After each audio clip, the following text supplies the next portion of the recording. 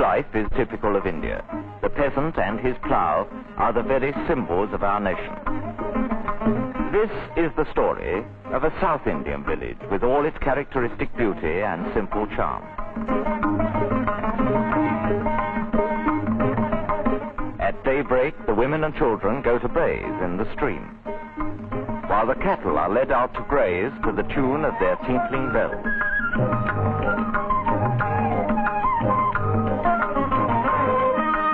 The women scour the household vessels in the stream and fill them with water for the day's requirements. The first important duty of the day is the worship of the village deity, while some of the villagers bathe in the waters of the temple tank, as it is believed that one is thereby purified from sin.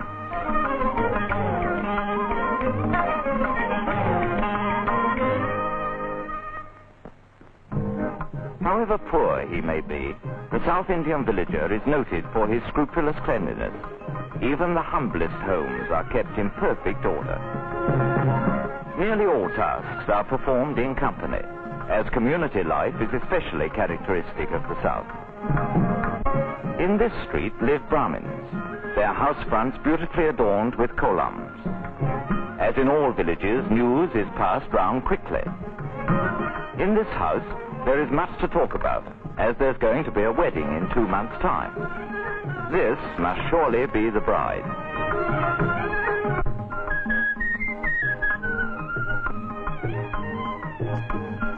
The sadhu predicts a long and happy life and numerous sons and daughters, and is duly rewarded by the grateful bride.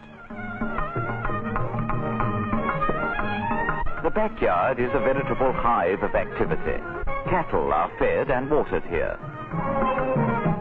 and cows are milked. Women sing village songs as they pound the rice. Done thus to music instead of gossip, work progresses swiftly.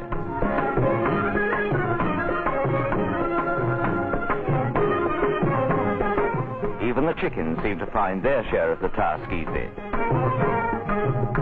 At 8 o'clock, school begins. The children of South India are extremely fond of learning, as these happy little faces plainly show.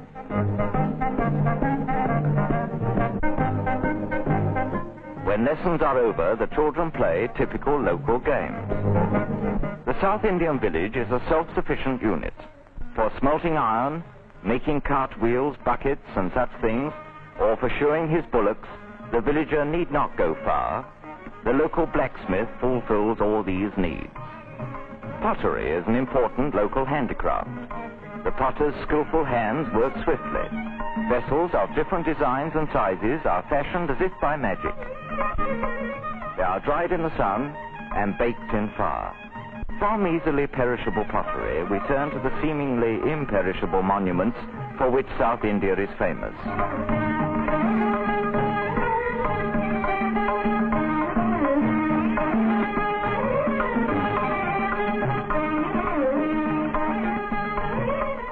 These wonderful images express all the emotions, for each of which there is a set symbol. The coconut tree is useful in many ways, and both coconuts and leaves serve a number of purposes. The stem is cut in two, and by interweaving the leaves, thatch is made. The children are taught at a very early age to help in this work. Basket making is another industry in which coconut leaves are used, such baskets being very strong and serviceable. Rope is made out of the fiber from the outer cover of the coconut. The work is done either by improvised wheels or by hand. Sometimes ropes are made from palmyra leaves as well. In many of the villages, the main occupation of the people is weaving. They spin the yarn on the charka, size it, and weave it on the hand loom. Apart from the khadi thus prepared, they also purchase mill yarn and weave it on their looms. Our hand-spun clothing has done much to alleviate the cloth shortage.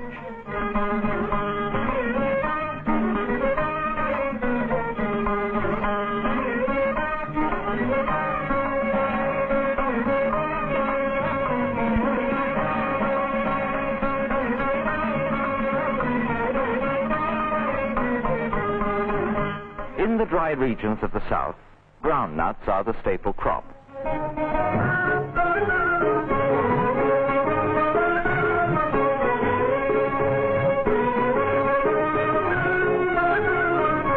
It is not we alone who like to munch them.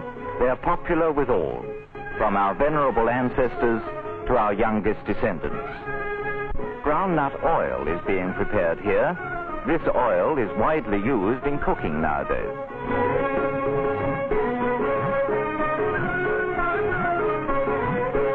Irrigation by wells is common in the south.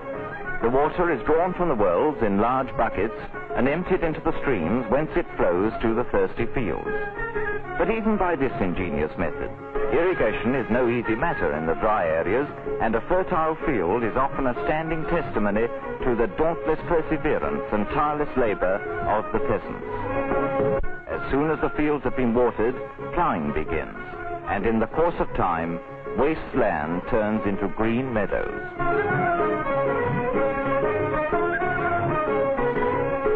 Whatever the villagers do, they sing their way through their work, forgetting their weariness in the joy of music. Harvesting, naturally, is an occasion for especial enthusiasm. If the land is their own and the harvest a good one, their gladness knows no bounds, and they seem not to be aware of the heavy burdens they carry as they gather in the crops.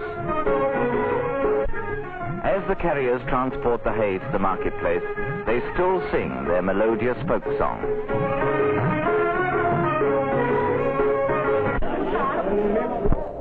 There are numerous dramatic troupes that travel from village to village in southern India, and evening performances are given in the streets. Here, the people of the village witness one of the most popular musical dramas, Mathura Viran, the story of Princess Bomi being wooed by Viran, a commoner.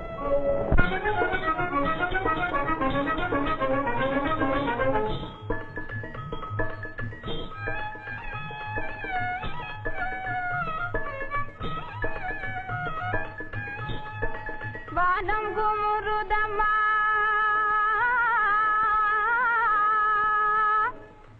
mare poliya pogudamma kaanada kaatiyellam kaanudamma vaanathile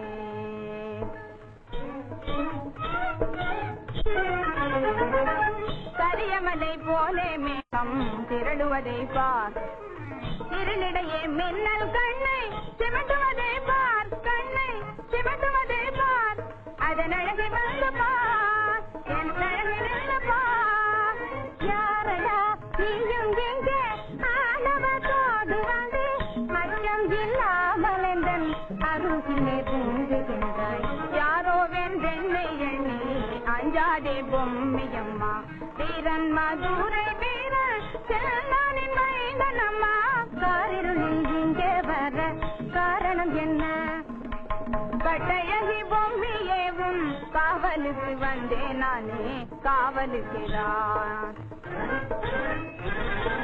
தனியாக என்னை விட்டு போகலாமோ தையலனி ஏன் உனக்கு ஒரு காவலா இல்லை உந்தனை கூடவுமே ஆவல் என்ன கூடவும் ஆவலா குறும்பு பேச்சு பேசுறி கரும்பே உன்மேல் ஆசை வச்சேன்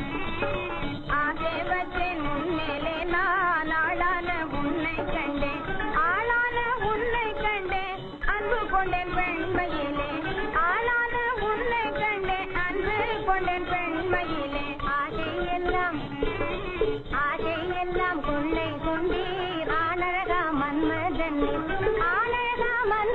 நீர் அஞ்சாத தீரரும் நீர் ஆனழகா மன்மதன் நீர் அஞ்சாத தீரரும் நீர்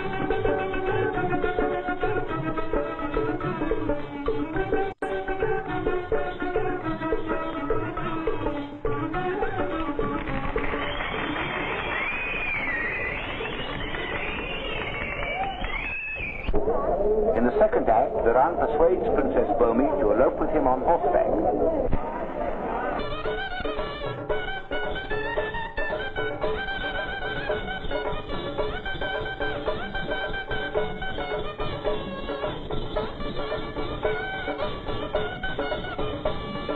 கட்டுகாவலை அழகு பொம்மி அம்மா உன்னை கொண்டு வந்தேன் பாரு. நான் வர மாட்டேன் என்று சொன்னாலே என்ன செய்ய முடியும், எப்படி கொண்டு வர முடியும்? பூதம் போல நான் வந்து உன்னையே தூக்கி வந்து இருப்பேன், பந்து போல் எடுத்து வந்து இருப்பேன்.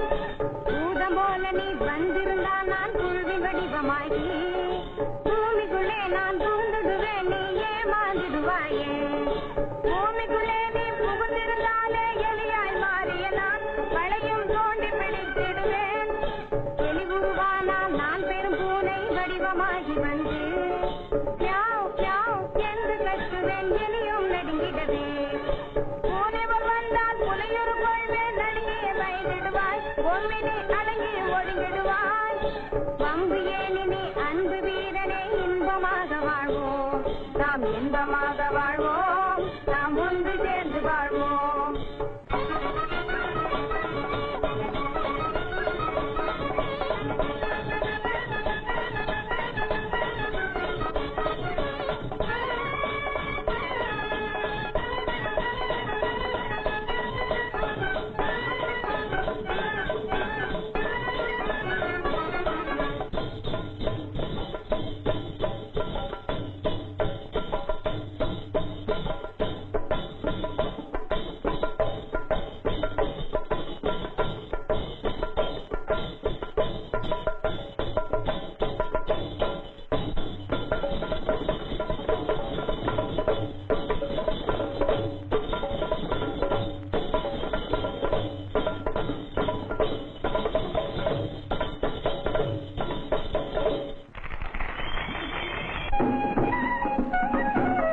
The merriest time of the year is undoubtedly the harvest festival in the month of January.